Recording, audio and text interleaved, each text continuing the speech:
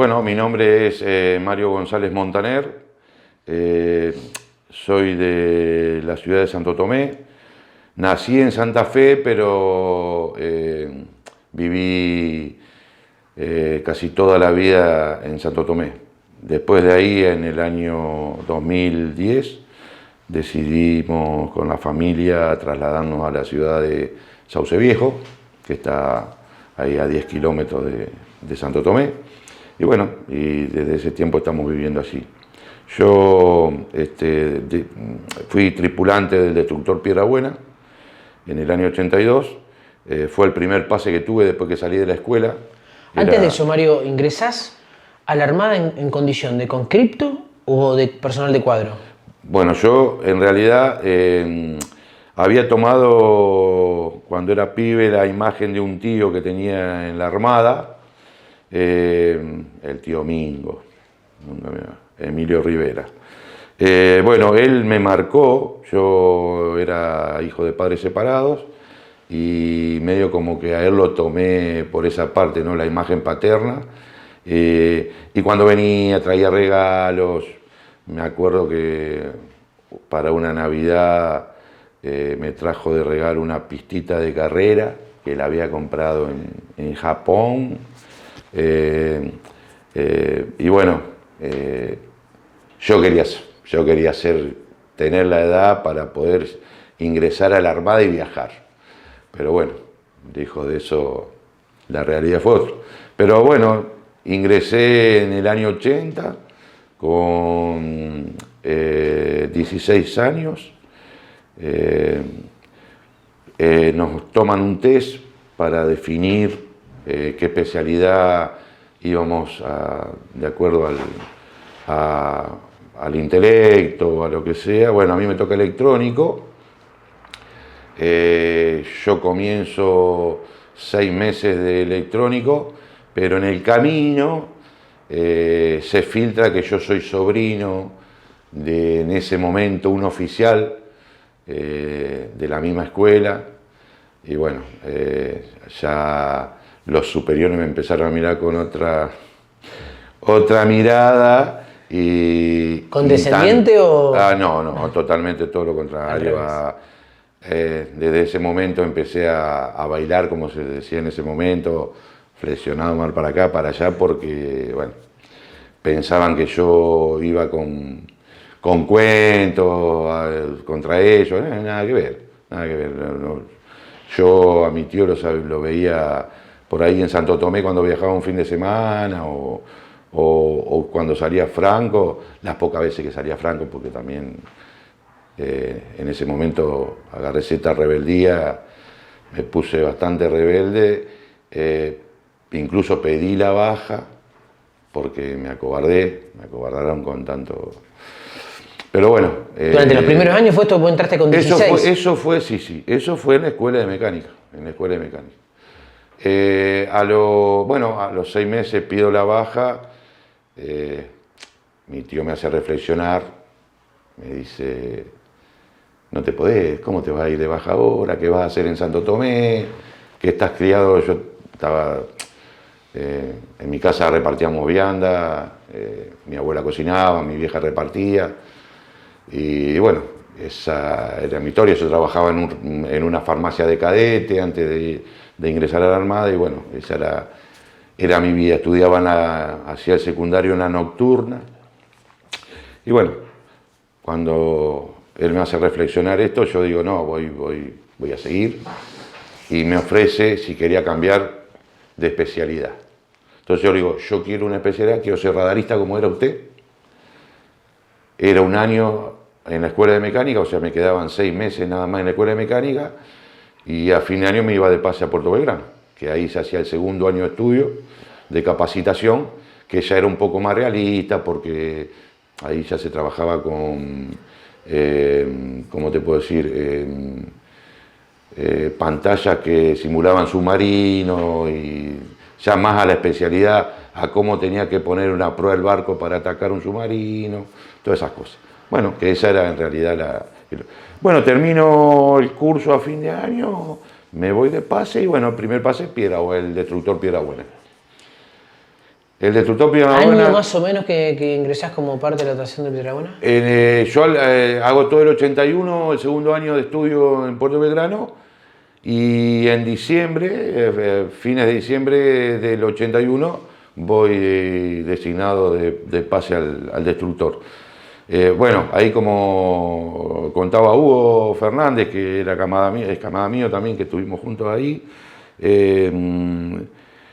nos toca una primera navegación para la experiencia, que es acompañar a los veleros que estaban dando una vuelta, la vuelta al mundo, regata la vuelta al mundo, algo así. Pero ¿qué pasaba? Llegaban al Cabo de Horno para pasar para el lado del Pacífico, para el lado de Chile, y les pegaba una sacudida terrible. Entonces ahí teníamos que estar nosotros para auxiliar lo que fuera necesario, ¿no? Bueno, esa fue nuestra primera navegación. Ahí conocimos Ushuaia. Y bueno, y la segunda navegación, vamos a Mar del Plata. Nunca me voy a olvidar cómo nos quemamos. Vimos las chicas jugando al vóley en la playa. Nosotros cancheros, febrero, terrible, nunca en el mar. Yo no conocía el mar que el río. Me encantaba el río, a mí ahí en acá Santa Fe toda zona de río, así que acostumbrado a nadar en el río, salimos ahí a hacernos los lindos, como todo chico. Teníamos, en ese momento sí, ya tenía 17 años.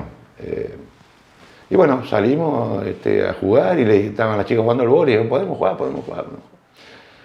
Claro, pasó la tarde, volvimos al barco. Cuando nos quisimos vestir, La flechada. éramos una brasa encendida.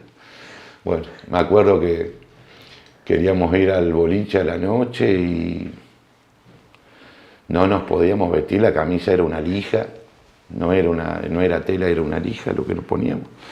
Y bueno, y esa fue nuestra segunda experiencia de navegación. La tercera, el 28 de marzo, salimos de Puerto Belgrano. Se habían cargado, como siempre, munición. En esa navegación a Mar del Plata también habíamos tenido una prueba de artillería en Puerto Madryn, allá por la península de Valdés. Se hacía prueba de artillería con los cañones, que tenía 6 cañones el Piedrabuena, 4 en la proa y 1 en la popa. Pensamos que salíamos a navegar, una navegación normal, hasta que a mí me toca en la noche la madrugada del 2 de abril. Yo hacía guardia de 12 a 16 y de 0 a 4, eran guardias de 4 por 8. Entonces yo estaba haciendo guardia en el radar a la noche, había tomado a las 12 de la noche la guardia, y no me voy a acordar con exactitud la hora, pero creo que algo de 1:30 de la mañana se me empiezan a dibujar las islas en el radar. Yo asombrado le digo a mis compañeros: muchachos, se ven las islas en el radar. Se empezaron a formar la silueta de la isla. Y en ese momento lo escuchamos al comandante, que nos dice que vamos a retomar la soberanía sobre las islas y que estamos ahí como buque de apoyo. Ya todo esto, bueno, como habrán contado en alguna historia, estaba la Gran Vila, que eran los que habían el Ara San Antonio, el buque desembarco, habían aparecido todo por ahí ya. ¿Y a vos que te tocó estar en el radar, mientras se iban acercando más allá, que te topás con las islas y tu gran sorpresa, ¿te tomaba el radar también otras embarcaciones por fuera de la flota de mar argentina? No, sí. O sea, todos los contactos que podían estar en la zona, sí, el radar los toma. Tiene distintos alcances, hasta el horizonte, ¿no? Que uno dice, se decía en esa época que la Tierra era chata como una moneda, pero no. En realidad, vos notás en el mar, cuando viene un buque navegando, lo primero que se empieza a ver es la punta del mástil del barco, porque es como que viene subiendo, remontando por el mar. Ahí te das cuenta que la Tierra... Tenía razón Cristóbal Colón. Que la Tierra es redonda, que la Tierra es redonda. Bueno, llegamos ahí, bueno, todo algarabía, todos pibes, te imaginas, ¿no? Yo cumplí 19 años el 27 de mayo en plena guerra. O sea, pasé de 16 a 17 en la base naval, cumplo los 18 en Puerto Belgrano mientras que estaba cursando y cumplo los 19 en la guerra. Si bien yo en el barco ya era cabo segundo, recién ascendido, también no teníamos mucha diferencia con los muchachos que eran soldados. Y bueno, ahí fue volver, nos toca Semana Santa, volvimos a Puerto a reprovisionarnos, ya nos prohíben viajar. Nosotros con unos camaradas alquilábamos el Ulín, que le decían, una piecita en un taquillero que había varias piecitas y se llamaba taquillero justamente por eso, porque en la planta baja eran todas taquillas, que los muchachos salían los fines de semana, se iban de viaje por ahí y dejaban la ropa ahí, la ropa civil, porque nosotros sí o sí teníamos que salir de la base con la ropa militar, no, en el uniforme no podíamos salir de otra forma, la ropa de gala. Y bueno, estuvimos unos días ahí. ¿Tu tío, te pregunto, disculpa, ¿tu tío estaba con vida? Mi tío todavía sí, mi tío estuvo... Te pregunto esto porque el tema de, bueno, ingresás a la Armada por esa referencia y te toca después ser parte, me imagino, para otro militar también, tener a su sobrino que fue parte de la recuperación. Dio la casualidad que cuando nosotros regresamos a Puerto Belgrano,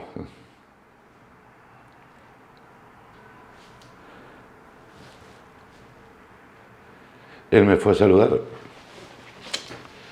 Me estaba esperando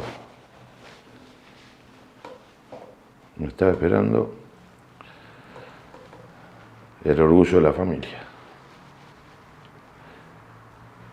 Y bueno, seguimos ahí de Franco porque no podíamos viajar y tuvimos una comida con él. Él había viajado especialmente para recibirme. Sabía que llegábamos. Y bueno, y ahí fue salir nuevamente, zarpamos, ahí tampoco me voy a acordar mucho la fecha que zarpamos, como escolta del crucero ya, salimos, si bien toda la operación era la Operación Rosario, había un grupo de tarea, como dice acá, nosotros éramos el grupo de tarea 79-3, salimos, abarcaba otros buques también, ¿no? El grupo de tareas, nosotros por el sur, otros por el norte, se iba a hacer medio candado así el ataque en su momento. Pero bueno, salimos a navegar, nosotros pensando, ¿qué van a venir? Yo creo que toda la Argentina en ese momento lo pensó, que van a venir los ingleses de allá por un pedacito de tierra así. Pero ¿qué pasó? Claro, coincidió todo. A nosotros nos estaba explotando el país, gobierno de facto, ya sabemos, esa época nefasta que, bueno, lamentablemente estuvo duro para el país, en todo, sin trabajo, la gente, la plata. Y en coincidencia en Inglaterra, Margaret Thatcher, que tiene los problemas, la minera, la energía, qué sé yo, entonces le mojamos la oreja. Y ella que dijo, no, listo, con esto, lo mismo que calculo yo que hizo el gobierno militar también, en ese momento apoyado por Estados Unidos, no es que el gobierno se largó a recuperar las islas, a hacerle una guerra o a invitarlo a que vengan a una potencia. Nosotros no éramos nada, o sea, teníamos una linda armada, teníamos un portaaviones, hay mucha gente que no sabe que la Argentina, hoy en día la gente no sabe que teníamos un portaaviones, un crucero, el crucero Belgrano, que era un buque que estuvo en Pearl Harbor, que sobrevivió a Pearl Harbor, entonces todas esas cosas que bueno, vinieron, nosotros estábamos el 1 de mayo, fondeado frente a Isla de los Estados. Zarpamos de allí y con dirección a las islas, y el 2 de mayo, que esa es una discusión también que hay, yo estaba haciendo guardia cuando el tema era así, veníamos el Piedrabuena, el Buchar y atrás el crucero. Nosotros veníamos haciendo un barrio antisubmarino adelante y el crucero atrás, a 4 millas, porque el crucero, al ser un buque de más de 200 metros de eslora, necesitaba cierto espacio para poder maniobrar. Entonces íbamos manteniendo esa cierta distancia, cada 2 o 3 minutos, distancia, íbamos tomando la distancia, que se mantuviera la formación, distancia, hasta que en un momento yo noto que el crucero empieza a quedar. Entonces le informo al jefe de SIC, que estimaba que el crucero estaba al garete. O sea, para el que conoce el tema de la navegación, al garete significa que quedó sin máquinas, a la deriva, o sea, a la deriva de la corriente. El jefe sí le informa al comandante, empieza todo un cierto movimiento, suena la alarma de combate, y por eso yo siempre digo, fue antes de las 16, a lo mejor el libro de bitácora fue 16 y algo, pero yo estaba de guardia. Y las guardias, los cambios de guardia en los buques eran estrictos. O sea, a las 16 ya tenía que estar el otro radarista en mi lugar. Yo no había dejado la guardia todavía, y ahí es cuando yo lo informo. Bueno, ahí sale el Buchar diciendo que tiene un golpe fuerte por la banda de babor, si no me equivoco. Y bueno, se ordena que salgamos. Primero se intenta comunicación con el crucero, no nos contestan. Lanza 3 bengalas blancas el crucero, 2 bengalas blancas, era hombre al agua. Los señaleros, el comandante da al puente de señaleros que miren hacia el lado del crucero a ver si había alguna señal, algún mensaje, algo. Tiran 3 bengalas blancas. Nunca me voy a olvidar, estábamos ahí, ya yo ni me había parado del radar. Entra el comandante y dice que son 3 bengalas blancas, porque yo nunca leí nada. Nosotros, todo eso se estudiaba, ¿no? Vos tenías que estudiar libros y libros de todo lo que era en un protocolos, claro, protocolo. Bueno, el protocolo decía que si un buque en una formación lanzaba 2 bengalas blancas, significaba hombre al agua. Entonces, ¿qué pasaba? Si era una formación en fila, el primer buque tenía que dar una vuelta de 360 grados para ir a rescatarlo. El crucero tira 3 bengalas blancas, entre el comandante. 3 bengalas blancas no significa nada, 3 bengalas blancas no significa nada. Y bueno, y todos decíamos, no significa nada, 2 bengalas era hombre al agua. Bueno, por allí se ve que empiezan con un SOS.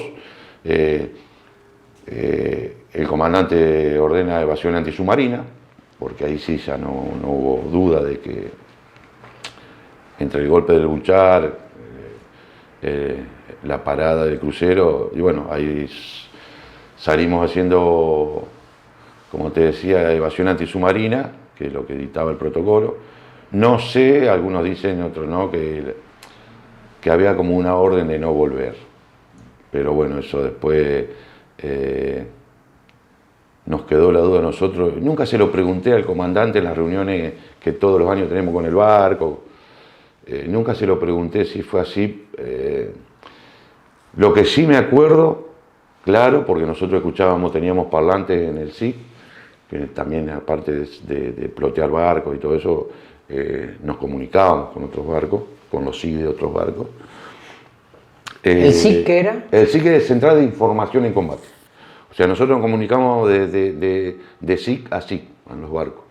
Después estaban los radios, que se comunicaban entre los radios, recibían mensajes, teletipo, todas esas cosas que salían.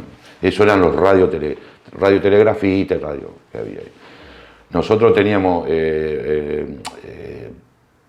cursos de comunicaciones que nos servían para comunicarnos entre SIGs. Bueno, el comandante le ordena al comandante del Buchar que regresemos. A todo esto, en esta evasión, ya se había hecho de noche. Eran las 6 chirolas de la tarde, 2 horas habían pasado desde que se informara esto del Belgrano, que había quedado al garete. Y bueno, el comandante le dice, vamos a volver. El comandante del Buchar le dice, pero viste que la orden, yo soy el comandante más antiguo. No alcanzó a decir, viste que la orden no volver. Lo cortó el comandante nuestro y dice, yo soy el comandante más antiguo en este momento y te ordeno que volvamos. Así que bueno, volvimos, me acuerdo, neblina, teníamos la marcación. Cuando se navegaba mar adentro, que no teníamos una costa para ubicarnos, que justamente para hacer otra cosa que sirve el radar, se tomaban 2 puntos de referencia de la costa, por ejemplo la península Valdevo tomaba las 2 puntas, hacía la medición, un vector, donde chocaban esos 2, ahí estaba el barco.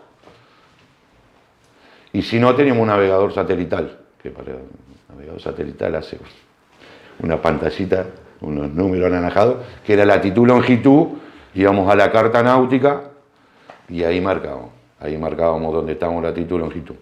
Amén de que llevábamos una mesa de ploteo con una flor concéntrica de 0 a 360 grados, con círculos concéntricos que se llamaban, que eso les daba entre círculo y círculo cierta distancia. Por ejemplo, decía, que yo, del centro al primer círculo lo vamos a poner en 20 millas. Entonces el otro era 40, el otro era 60 y así sucesivamente. Y la rosa de los vientos, que era de 0 a 360 grados, que era lo que utilizábamos con una regla, un brazo que tenía una regla que tenía marcadas yardas por un lado, millas por otra. Entonces las distancias, el radar cantaba la distancia, vos usando esto, la regla que también era de 0 a 360 grados, te daba 180, vos ponías la regla 180, la apuntabas, y, la manecilla que tenía la regla para girar a la regla, mejor dicho, el brazo tenía una manecilla, para girar la regla, apuntabas esa dirección que te cantaba en el contacto, y en la regla marcabas la milla, o la distancia que te marcaba, y había una ley que decía que la distancia recorrida por un móvil durante 3 minutos, cada marcación era cada 1 minuto, dividido 100 daba su velocidad nudo.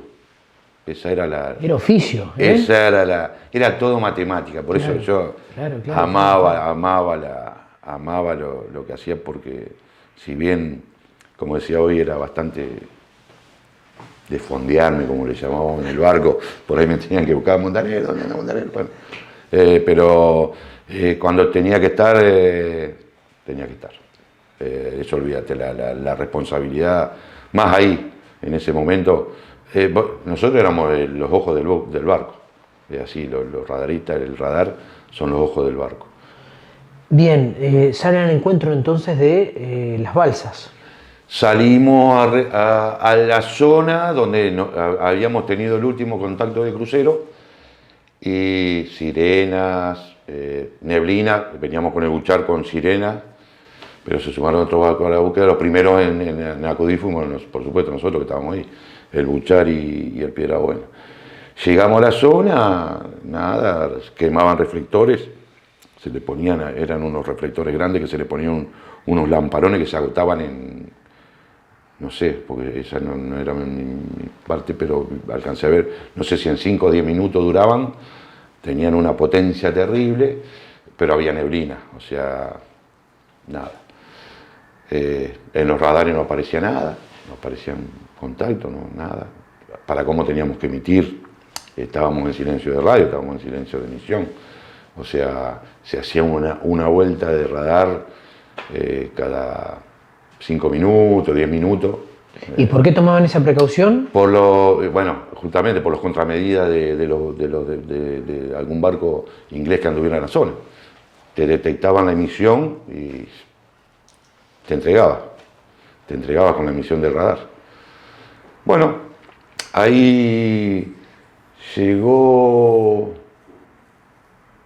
las 10 de la mañana, nosotros, bueno, ya no dormíamos, estábamos todos continuamente en el SIC, tomando mate, porque ya nunca nos enteramos que en la zona había un submarino, o sea, teníamos el mejor sonar, era el del Bullard, que tenía un alcance de 2,5 millas, el Conque lo tiró de más de 8, tiró entre 8 y 10 millas, o sea, Estaban fuera de su alcance. nunca nos enteramos, era Gomera contra rifles, más o menos, en ese momento, como uno lo tomaba. Y bueno, así anduvimos hasta las 10 de la mañana que escuchamos en los parlantes un muchacho del avión que empezó a ver balsa y empezó a ver balsa. Piden la latitud, la longitud, por supuesto, y para allá nos encaminamos. Y comenzamos a ver balsas y el rescate. Me acuerdo que la primera balsa venía vacía. La primera balsa que levantamos venía vacía. Dijimos, bueno, se fueron todos con el barco, salieron, porque viste que las balsas tienen un seguro que a cierta presión explotan y salen a flote y se inflan solas, ¿no? Y bueno, y ahí dijimos la decepción, ¿no? Ya a uno de los oficiales, o no sé si al comandante o a otro oficial, se le prende la lamparita y dice, bueno, las balsas que estén vacías, que vayan quedando, que estén vacías, le disparan para que se hundan, para no confundir a los demás barcos que vengan a rescate y aparte para saber que esas balsas ya fueron requisadas, ya fueron revisadas, rescatadas. Y bueno, y ahí fue comenzar el rescate, ya fueron 8, 10, las balsas eran para 20 personas, y comenzamos a levantar. Yo después, bueno, cuando lo vean, yo les compartí una foto que yo estoy parado en la borda del Piedrabuena, justo está llegando una balsa con los muchachos, estamos ahí.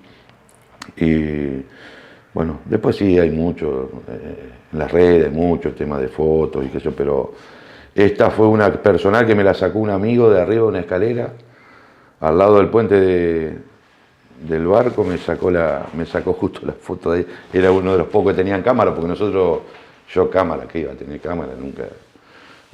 Lo único que tenía era que me había comprado en Ushuaia un reproductor Silvano, marca Silvano para pasar el cassette, para pasar cassette. ¿Y qué escuchaba? Phil Collins, la Electric Light Orchestra, toda música inglesa, pero nos habíamos creado en el 79, claro, tal cual. 78, 79, toda esa música, Último tren a Londres. Y yo te puedo asegurar que hoy más de un veterano ese tema lo ama, pero bueno, es así, era lo que había de moda en ese momento. Y bueno, y te decía, fue rescatar durante esas 48, pero contame, 72 horas, ya volvimos a Ushuaia con los sobrevivientes, rescatamos 276 sobrevivientes y 2 fallecidos, que los teníamos en las duchas, porque no teníamos morgue, así que, bueno, nos acompañaron hasta que llegamos a Ushuaia, ahí, en los baños, porque no estaban las bolsas negras que rescatábamos a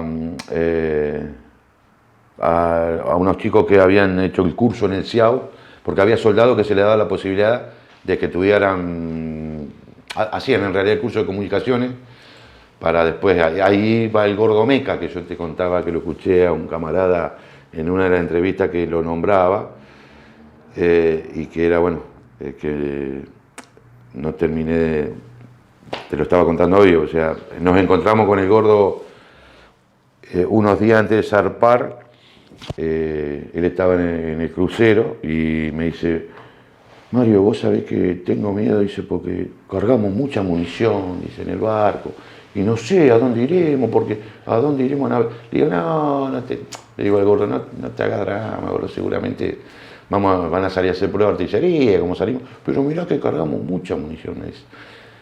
Y le digo, bueno, le digo, no sé qué decirte, le digo, sí, nosotros también cargamos un poco de munición, digo, pero no, eso.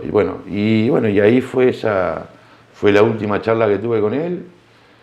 ¿Dónde fue esa charla? En el Casino de sus oficiales de Puerto Belgrano, ahí que estaba la dársena, y estaba justo al lado, el casino estaba el cine, estaba el casino, ahí donde estaba el crucero, o sea, estaba el crucero, adelante el portaaviones, así estábamos en las dársenas, ¿no? Y nosotros los destructores estábamos enfrente, en la dársena enfrente, en los muelles de enfrente estábamos todos los destructores. Y después estábamos, bueno, la Granville, en otra parte del muelle estaban esto eran los fragata misilística eran, la Granville, la otra que no me puedo acordar ahora, el Adrumo, la Granville y el Adrumo, que son las que estuvieron allá en la isla en un principio. Y bueno... De esa última charla te quedó grabada cuando volviste a Ushuaia.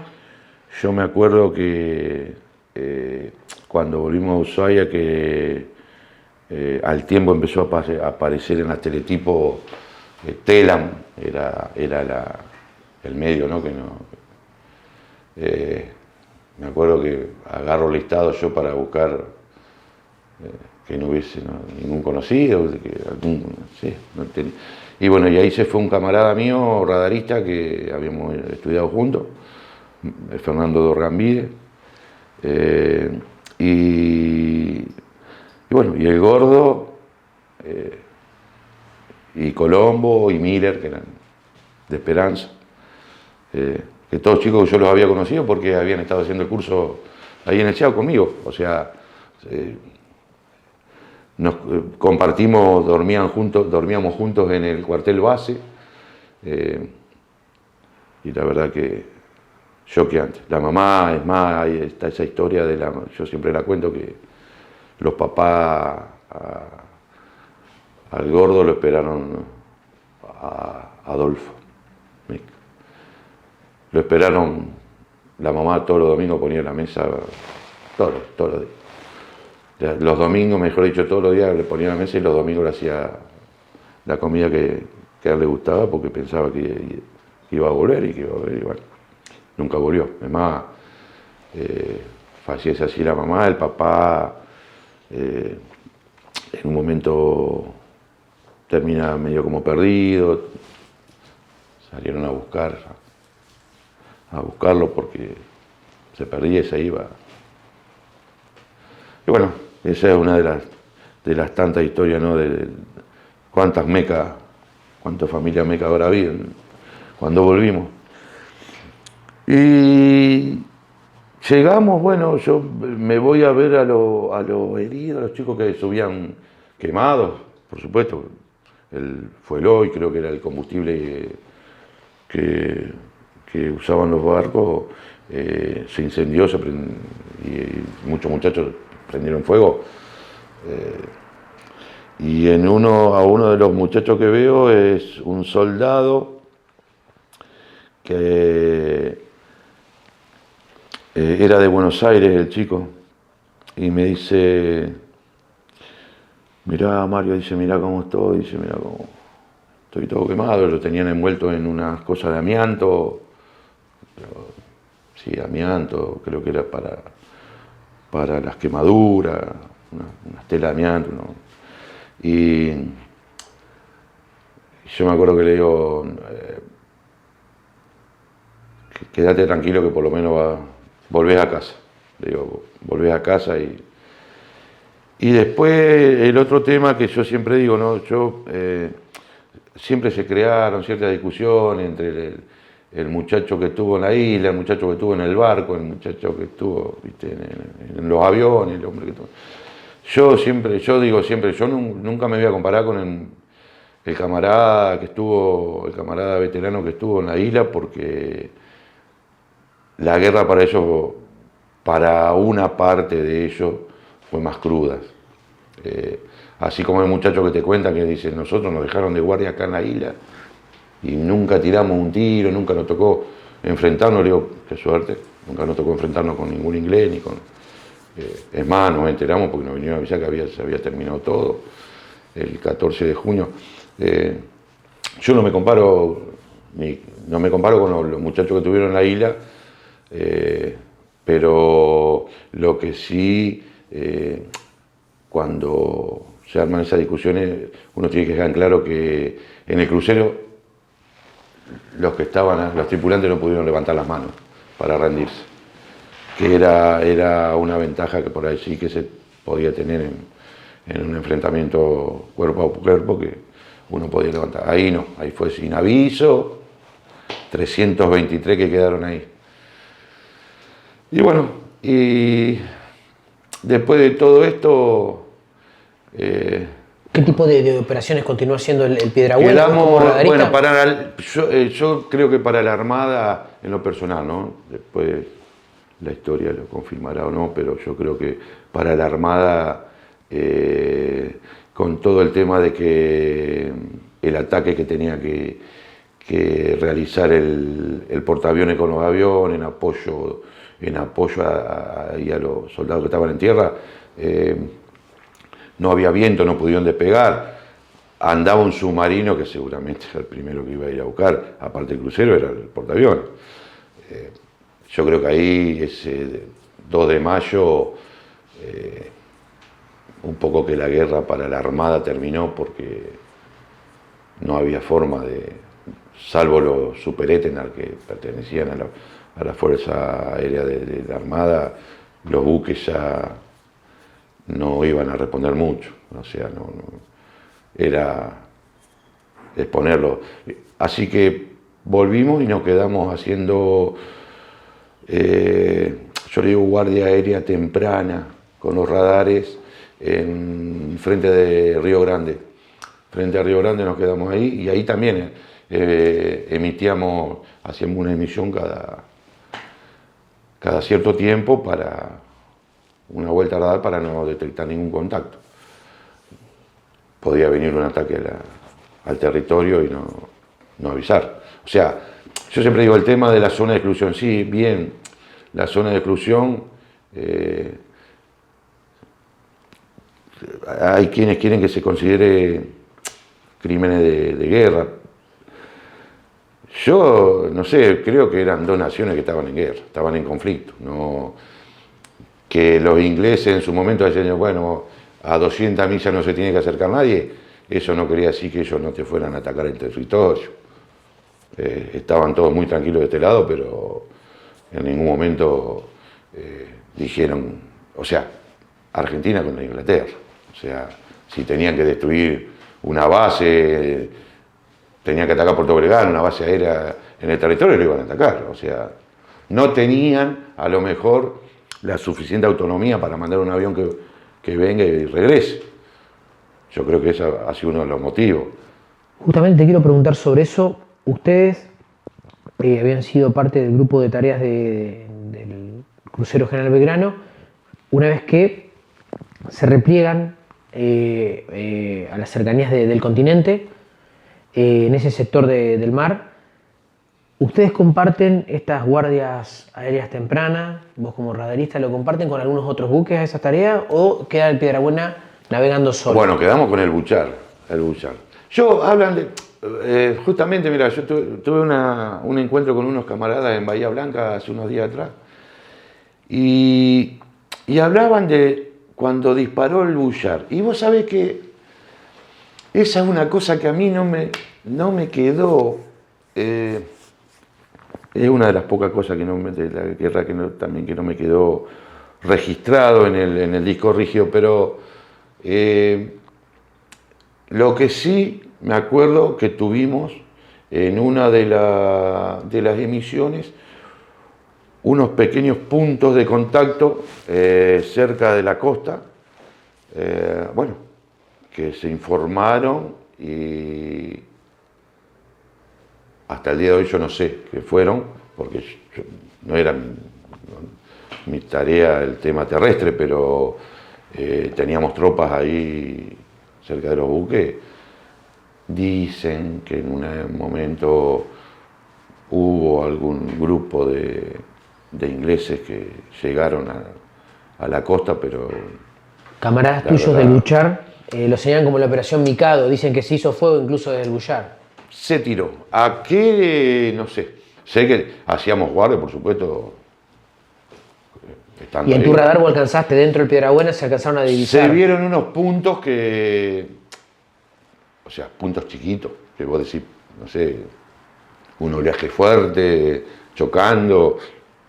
Tenía que ser un encontronazo de corriente, porque si no es muy difícil. Pero bueno, a mí en ese momento yo lo que pensé que podía ser, yo lo pensé. ¿Viste los anfibios que quedan con la capucha afuera ahí, con la cápsula esa afuera? La cúpula. Bueno, a mí se me puso que podía ser algo así lo que estaba cerca de la costa. Pero después qué terminó siendo, la verdad no lo puedo certificar, ¿no? Pero bueno, seguimos así hasta que hacíamos base en Ushuaia, volvíamos, estábamos en esas cosas. Me acuerdo que una noche suena la alarma en Ushuaia. Y emitan, no había nada. Y no, resulta que que habían hecho una prueba con la ciudadanía, que si sonaba la alarma tenían que entrar a apagar todas las luces de la calle, de las casas, porque una lucecita se ve en la oscuridad, terrible. Bueno, claro, una cosa que me quedó pendiente cuando veníamos ingresando por el canal de Bigli para ir a Ushuaia. Fecha aproximada también, aproximada. Y eso tiene que haber sido alrededor del 6 de mayo, 7 de mayo, que volvíamos a Ushuaia con los sobrevivientes. Bueno, ahí cuando ingresamos al canal de Bigli, nos aparece un contacto. 2 contactos. Y ahí empezamos a hacer prueba de ligazón. Nada, no contestaban. Bueno, ya el comandante dijo, preparen cañones, preparen los misiles que teníamos, le habían agregado al buque en babor y en estribor lanzadores de misiles Exocet para Mar. Y bueno, y ya se empezó a preparar para atacar, porque eran 2 contactos que venían de frente. Las lanchas torpederas argentinas venían en silencio. Salieron en un momento, Duende, claro, no te podías identificar como el barco que era, porque decía, Duende aquí amigo. Y bueno, salen las lanchas diciendo que eran esas que venían en un ejercicio de... Es un desastre. Por cierto, sí. Y otra vez fue también un segundo ingreso que tuvimos al canal de Bigli, una lancha rápida torpedera de los chilenos. Nunca me voy a olvidar. Yo salí a ver, estaba el puente de comando, atrás estaba el timonel, que el comandante le daba la orden, o el oficial de guardia le daba la orden al timonel, y ahí, bueno, después venía otra puertita, sí, ahí estábamos nosotros atrás. Y yo salgo del SIG, me voy y digo, voy a ver la lancha torpedera de los chilenos. Y me acuerdo que el comandante dice, pónganle la proa. ¿Qué tenían que hacer los chilenos ahí? Claro, estaba, viste, ese conflicto famoso de la Leno, claro, sí. la nueva, y qué sé yo. Bueno, le pusimos la proa y salieron volando los chilenos. Pero bueno, esas son anécdotas aparte, ¿no? Bueno, después de todo esto, bueno, volvemos, nos agarra el 25 de mayo en Ushuaia, tenemos el acto, como todo normal, como en la misma isla han tenido su acto, por más de que la fecha patria se respetaban. Y el 14 de junio nos enteramos que termina la guerra, también nos agarra allá. Y bueno. ¿Qué te recorrió en ese momento la noticia del cese de hostilidades? El cese de hostilidades, sí señor. El alto del fuego. El alto del fuego que firmó este muchacho, que tuve la suerte de conocerlo, con defectos, virtudes, como... ¿Menéndez? A Menéndez estuvo en un cumpleaños 50, acá en Arocena, en un cumpleaños 50 de un amigo, que lo tuvo de jefe al hijo de él. Este muchacho salvó al jefe en una caída de una bomba, y él perdió una pierna. ¿El hijo de Menéndez? No. No.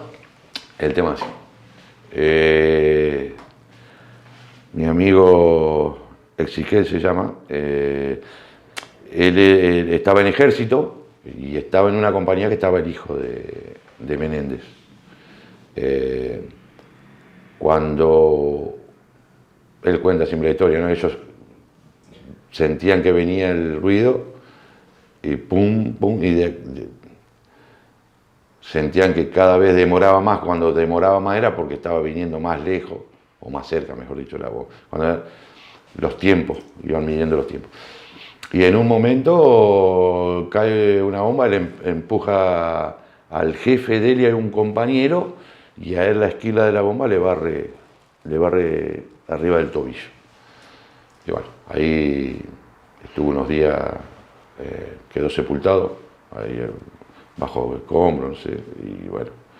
El muchacho es de Arocena. Vive en Arocena. ¿Y en un cumpleaños de él? Él vivía en Rosario y después se vino a vivir a Arocena. Y en un cumpleaños lo conozco a Menéndez. Que fuera, por eso te decía, fuera de los amor y odio, que todos creamos, ¿no? Amor y odio en la vida, pero él terminó salvando vidas. O sea, digan lo que digan, en la guerra, él nunca más, después de que él firma el acta de cese el fuego, nunca más tuvo comunicación con Altieri. Nunca más. Lo llamaron, le dijeron, recuperen, no pierdan. No, acá hay, no me acuerdo si eran 14.000, 11.000 los soldados que quedaban. Y dijo, no, yo no voy a permitir que siga muriendo gente. Nos tienen rodeados. Y allá no le daban una respuesta, así que es una decisión que toma él en su momento, de decir, tomé la decisión yo porque no me daban una respuesta desde Buenos Aires. Y bueno. Ese 14 de junio también te toma ya, ustedes estaban en Puerto. A nosotros nos toca, no, estábamos todavía en Ushuaia. Y es más, el acto del 20 de junio es el último acto que tenemos ahí en la zona. Y ahí sí, después regresamos, llegamos, yo no sé, habremos llegado cerca de fines de junio a Puerto Belgrano. Nada, ni banda, ni nada, pelado, el mueche pelado. Vos dijiste, está la familia esperando, todo el jolgorio, volvemos, vencidos, pero volvemos. Nada. Es más, yo esas son cosas que tengo, como pasó ahora con el Sobral, que nosotros teníamos idea de querer traer o de ver, qué sé yo. Por ahí uno dice, yo digo, y capaz que quede fuera de contexto, ¿no? Pero más que político le hace falta patriota a nuestro país, porque primero el barco que estuve yo, el Piedrabuena, en la época de Menem, lo desguazan al medio del océano, prueba de artillería al fondo del mar. Bueno, el Sobral, lo más cerca que tenemos, que hace un poco tiempo atrás, también otro tipo de gobierno, otro tipo de mentalidad. Menem, uno dice, está bien, era una línea política, ahora tenés otra, pero se ve que, no sé, de dónde viene esa cosa de hundir un barco que estuvo en la guerra. Yo lo veo a Estados Unidos, que tiene esos cruceros, esos acorazados que tuvieron, los tienen ahí, el Arizona, creo, no me acuerdo de los nombres ahora, y los tienen ahí como museo, ¿viste? Y acá, nada, o sea, es como que una historia que va a desaparecer, o sea, si no es por un trabajo así como que hacen ustedes, de que uno pueda contar lo que fue, esta cosa nadie la puede contar hoy, la historia viva, como decimos muchas veces en la escuela, somos parte de la historia viva, o sea, nosotros le vamos a contar la verdad, ni un político, ni un historiador lo puede, pero no digo que un historiador lo va a mentir, no, un historiador es el que mejor lo puede redondear a todo, pero lo que te cuente un veterano de guerra, que fue lo que en realidad vivió, lo que pasó, que fuimos a esa guerra sin saberlo, todo, ¿no? Los cuadros, los soldados. ¿Cuánto tiempo más permaneciste en la Sí, en realidad nosotros, una vez que terminábamos la escuela, o sea, en el caso mío terminé la escuela y ascendí a cabo segundo. Ahí se firma el primer contrato. O sea, si sos menor, cuando ingresabas a la escuela de mecánica, los que ingresábamos éramos menores, tenían que firmar la autorización de nuestros padres. El que era mayor no, lo hacía solo. Pero el primer contrato en realidad que yo firmo es a principios del 82, por 4 años, que son el tiempo que dura el grado, ¿no? Son 4 años de cabo segundo, 4 años de cabo primero, 4 años de cabo 5 años de cabo principal y así, después cada 5 años todos los ascensos. Bueno, yo firmo el contrato y en el 82, bueno, venimos nos dan en julio, volvemos de la guerra, nos dan las vacaciones para ir a visitar a la familia, qué sé yo. ¿Cómo fue ese encuentro? Ahí fue. ¿Cómo fue ese encuentro?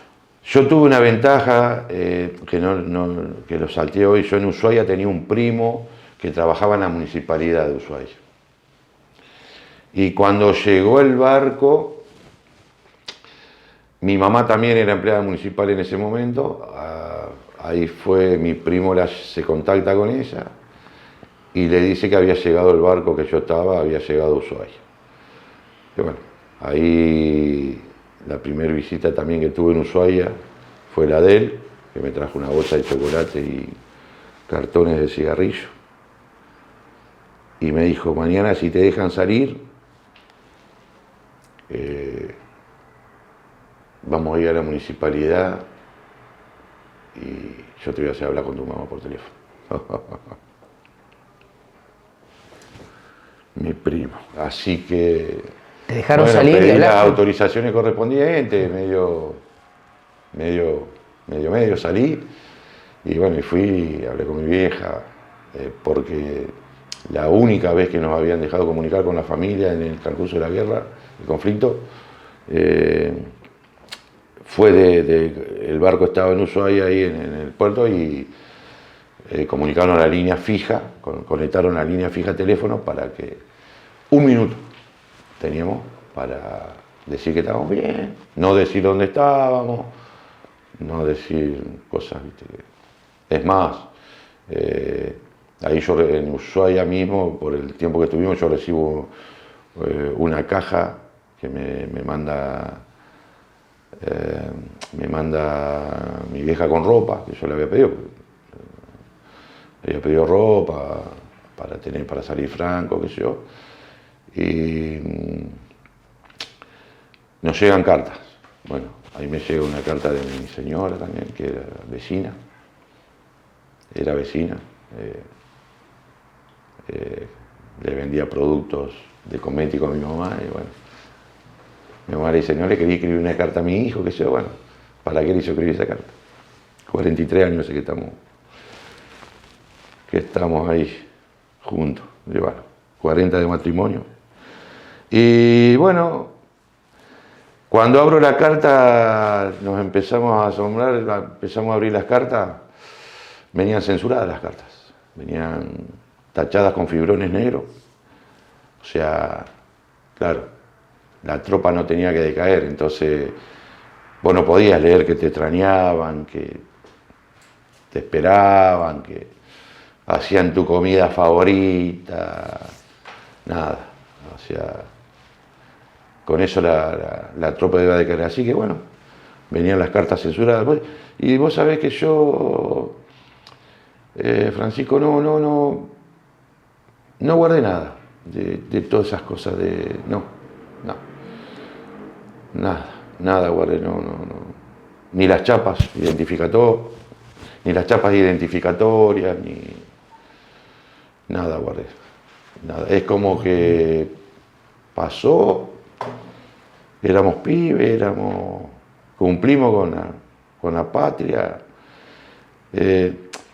pero no es que no guardé porque no quisiera. Yo, o sea, en mi naturaleza no estaba. Yo me desprendía siempre de las cosas. O sea, yo era del trueque. Yo tenía un reloj que a vos te gustaba, vos tenías unas botas que a mí me gustaban y te cambio el reloj por la bota, éramos así. Y muchos hacíamos eso, ¿no? Te cambio, qué sé yo, dame una gorrita, yo tengo un cartón de cigarrillo, me robaron la gorra, qué sé yo, cosas así. O un atado de cigarrillo.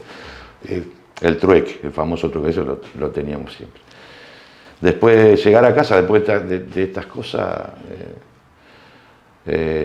la comida con los amigos, que mi abuela, la mamá de mi tío Mingo, mi abuela me hizo una comida para los amigos y esa fue la recepción de la familia y los amigos en casa. Y bueno, después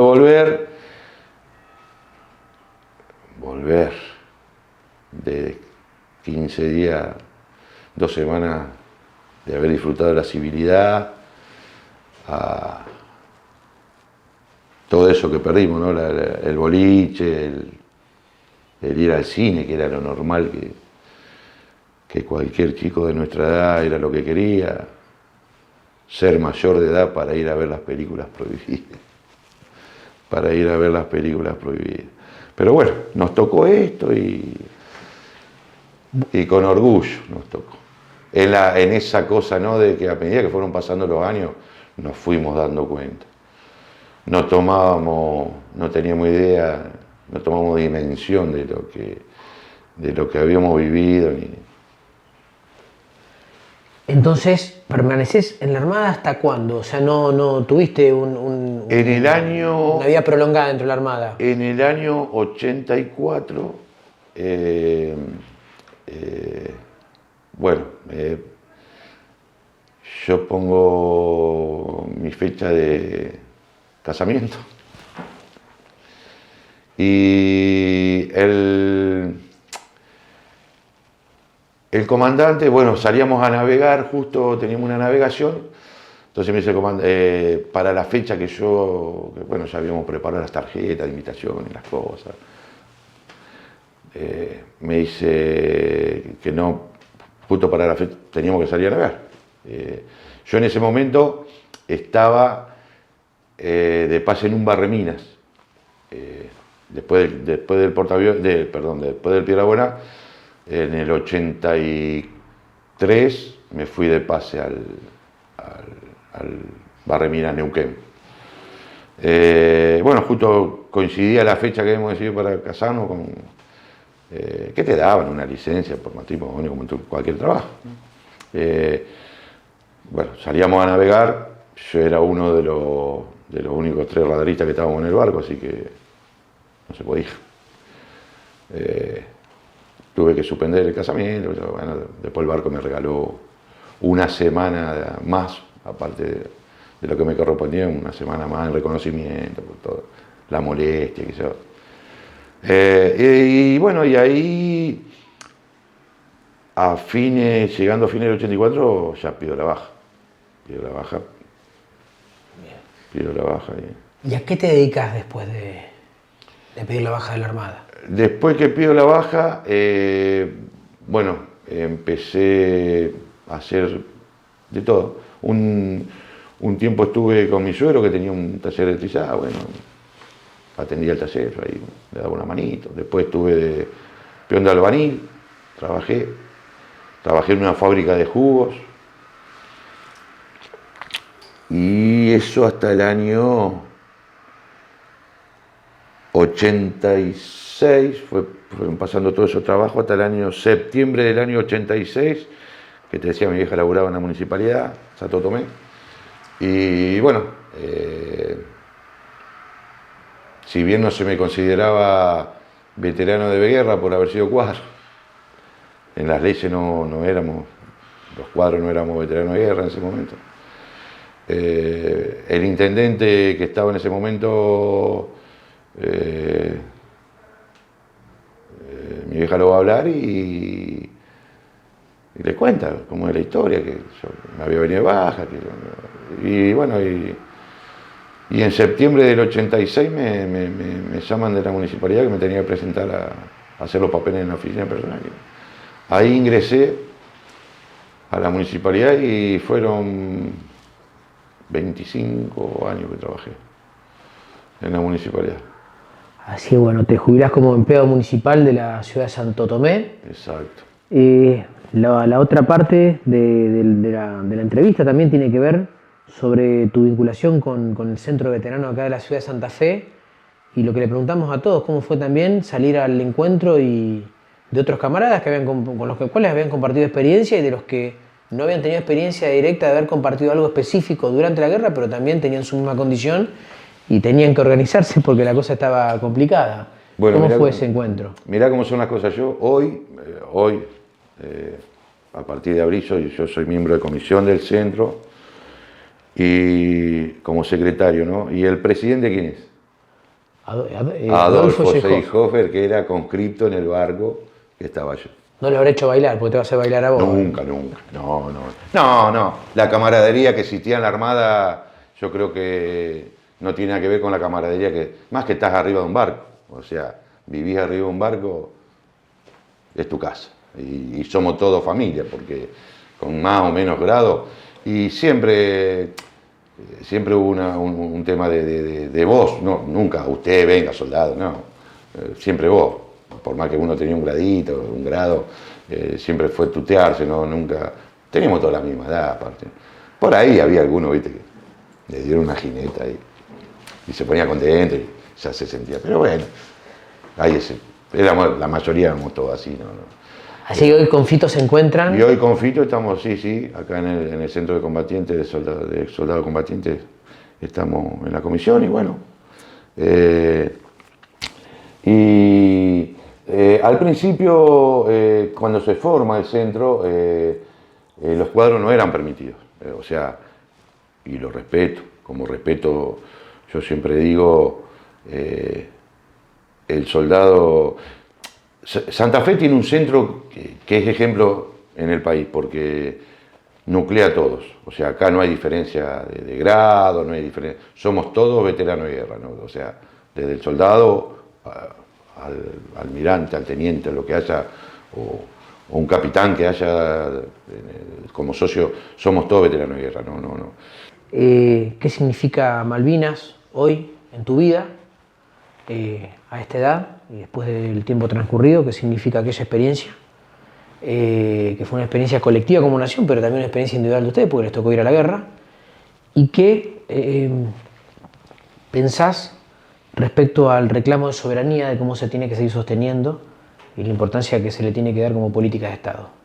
Sí, bastante complicado el último punto, pero a ver, haber estado defendiendo la soberanía del país nos hace sentir orgulloso a todos, creo, lo que estuvimos ahí en ese momento y nos sirvió mucho el regreso, o sea, a mí en lo personal, formar la familia, ¿no? Formar una familia que terminó siendo la mayor contención para uno, para mí al menos, y creo que para muchos. Yo siempre digo, cuando voy a algún medio así a hablar, que me inviten, una radio, un canal ahí en la zona, el centro de combatiente, y que es uno de los motivos para los que fue creado, ¿no? El centro de combatiente y la familia creo que son las mayores contenciones que hoy tenemos los veteranos, principalmente acá en Santa Fe. Por allí podemos quedarnos medios quietos o medio desubicados en algunas situaciones que se presentan, pero siempre tratamos de colaborar con aquel camarada que tiene algún problema, que tiene... Eso por un lado. Después, el otro tema, yo siempre formé parte a mi regreso, después de haber hecho mi familia, de trabajar en cooperadoras escolares, de trabajar en vecinales. Creé en su momento una vecinal en Sauce Viejo, en mi barrio. Soy presidente de la cooperadora del Comando Radioeléctrico en Santo Tomé, que es la policía, hace 10 años también, ya va para 12. Y siempre devolverle a la sociedad un poco de lo que la sociedad nos da a nosotros, ¿no? Y después por el tema de la política, qué temita, porque... El tema de la soberanía, la que también es política. en realidad sí, la soberanía... El pensamiento de las distintas políticas que fueron pasando, los distintos gobiernos, fueron totalmente diferentes. O sea, a uno le interesaba la isla, a otro no le interesaba, la prioridad era otra. Es más, comerciar con Inglaterra, tener arreglos comerciales, que en realidad son arreglos políticos. Mandar el oro para allá hoy, a Inglaterra, no sé. Entonces, cosas que no se entienden, ¿qué te puedo decir? Ojalá algún día aparezca el político que se envuelva en la bandera de nuestro país y la defienda como la defendimos nosotros en aquel año 82. Mario, muchísimas gracias. Gracias a ustedes. Por tu tiempo y por tu experiencia de vida. Gracias a ustedes y, como dije hoy, gracias por el tiempo que se toman y dejar reflejado lo que fue la verdadera historia de la gesta de Malvinas del 82. Muchas gracias. Gracias a ustedes.